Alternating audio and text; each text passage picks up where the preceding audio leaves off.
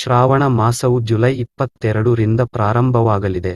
ಈ ತಿಂಗಳನ್ನು ಶಿವನಿಗೆ ಅತ್ಯಂತ ಪ್ರಿಯವೆಂದು ಪರಿಗಣಿಸಲಾಗಿದೆ. ಭಗವಂತ ಶಿವನಿಗೆ ಸಮರ್ಪಿತವಾದ ಈ ಮಾಸದಲ್ಲಿ ಶಿವಭಕ್ತರು ಉಪವಾಸವನ್ನು ಆಚರಿಸುತ್ತಾರೆ ಮತ್ತು ಶಿವನನ್ನು ಪೂಜಿಸುತ್ತಾರೆ. ಈ ವರ್ಷ ಶ್ರಾವಣ ಮಾಸ ಸೋಮವಾರದಿಂದ ಆರಂಭವಾಗುವುದರಿಂದ ಶ್ರಾವಣ ಮಾಸದ ಮಹತ್ವ ಹೆಚ್ಚಲಿದೆ. ಅಂತಹ ಪರಿಸ್ಥಿತಿಯಲ್ಲ ಶ್ರಾವಣ ಪ್ರಾರಂಭವಾಗುವ ಮೊದಲು ಮನೆಯಲ್ಲಿ ಯಾವ ಬದಲಾವಣೆಗಳನ್ನು ಮಾಡಬೇಕು ಎಂಬುದನ್ನು ತಿಳಿದುಕೊಳ್ಳುವುದು ನಿಮಗೆ ಮುಖ್ಯವಾಗಲಿದೆ. ಈ ಬದಲಾವಣೆಗಳು ನಿಮ್ಮ ಜೀವನದಲ್ಲಿ ಸಕಾರಾತ್ಮಕತೆಯನ್ನು ತರಬಹುದು. ಅದೇ ಸಮಯದಲ್ಲಿ ನೀವು ಈ ಬದಲಾವಣೆಗಳನ್ನು ಮಾಡದಿದ್ದರೆ ನೀವು ಶಿವನ ಆಶೀರ್ವಾದದಿಂದ ವಂಚಿತರಾಗಬಹುದು.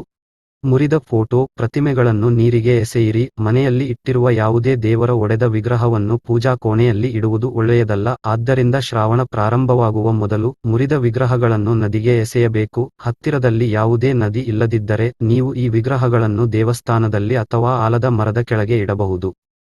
ನೆಲದ ಮೇಲೆ ಮಲಗುವುದನ್ನು ರೂಢಿ ಮಾಡಿಕೊಳ್ಳಿ. ಶ್ರಾವಣ ಮಾಸದಲ್ಲಿ ನೀವು ಶಿವನ ಮಾದರಿ ಜೀವನವನ್ನು ಅಳವಡಿಸಿಕೊಳ್ಳಿ. ಶಿವ ಯಾವುದೇ ಭೋಗದ ಸವಲತ್ತು ಸೌಲಭ್ಯಗಳಿಲ್ಲದೆ ಬದುಕು ಸಾಗಿಸುತ್ತಾನೆ. ಅದರಂತೆ ನೀವೂ ಸಹ ಜೀವನವನ್ನು ನಡೆಸಬೇಕು. ಈ ಮಾಸದಲ್ಲಿ ಹೀಗೆ ಮಾಡುವುದರಿಂದ ಶಿವನ ಆಶೀರ್ವಾದವನ್ನು ಪಡೆಯುತ್ತೀರಿ ಮತ್ತು ನಿಮ್ಮ ಆರೋಗ್ಯದಲ್ಲಿ ಉತ್ತಮ ಬದಲಾವಣೆಗಳನ್ನು ಕಾಣುತ್ತೀರಿ.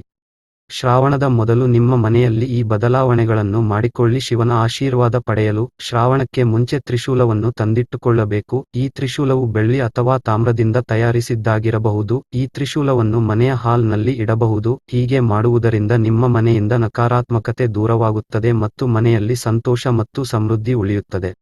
ಪ್ರತೀಕಾರದ ವಸ್ತುಗಳಿಂದ ದೂರವಿರಿ. ನಿಮ್ಮ ಮನೆಯಲ್ಲಿ ಮದ್ಯಪಾನ, ಸಿಗರೇಟ್ ಇತ್ಯಾದಿ ಕೆಟ್ಟ ವಸ್ತುಗಳು ಇದ್ದರೆ ನೀವು ಅವುಗಳನ್ನು ನಿಮ್ಮ ಮನೆಯಿಂದ ತೆಗೆದುಹಾಕಬೇಕು. ಇದಲ್ಲದೆ ಈರುಳ್ಳಿ ಮತ್ತು ಬೆಳ್ಳುಳ್ಳಿ ತಿನ್ನುವುದನ್ನು ಸಹ ಶ್ರಾವಣದಲ್ಲಿ ನಿಷೇಧಿಸಲಾಗಿದೆ. ಆದ್ದರಿಂದ ಶ್ರಾವಣ ಪ್ರಾರಂಭವಾಗುವ ಮೊದಲು ಅವುಗಳನ್ನು ಸೇವಿಸಿಬಿಡಿ. ಆದರೆ ಶ್ರಾವಣದಲ್ಲಿ ಮಾತ್ರ ಯಾವುದೇ ಕಾರಣಕ್ಕೂ ಈ ವಸ್ತುಗಳ ತಿನ್ನುವುದನ್ನು ಅಥವಾ ಖರೀದಿಸುವುದನ್ನು ತಪ್ಪಿಸಿ. ಧ್ಯಾನಕ್ಕಾಗಿ ಪ್ರತ್ಯೇಕ ಸ್ಥಳವನ್ನು ರಚಿಸಿ. ಶ್ರಾವಣ ಮಾಸದಲ್ಲಿ ಭೋಲೆನಾಥನ ಆರಾಧನೆ, ಧ್ಯಾನ ಮತ್ತು ಮಂತ್ರಗಳನ್ನು ಪಠಿಸುವುದು ಅತ್ಯಂತ ಮಂಗಳಕರವಾಗಿದೆ. ಆದ್ದರಿಂದ ಶ್ರಾವಣ ಸಮಯದಲ್ಲಿ ನೀವು ನಿಮ್ಮ ಮನೆಯಲ್ಲಿ ಹೆಚ್ಚು ಜನರು ಬಂದು ಹೋಗುವುದನ್ನು ತಡೆಯಿರಿ. ಧ್ಯಾನದ ಸ್ಥಳವನ್ನು ಹೆಚ್ಚು ಶಾಂತಿ ಇರುವ ಸ್ಥಳವನ್ನಾಗಿ ಮಾಡಿಕೊಳ್ಳಿ. ಅಲ್ಲಿ ಕುಳಿತು ತಿಂಗಳ ಪೂರ್ತಿ ಶಿವನನ್ನು ಧ್ಯಾನಿಸಬೇಕು.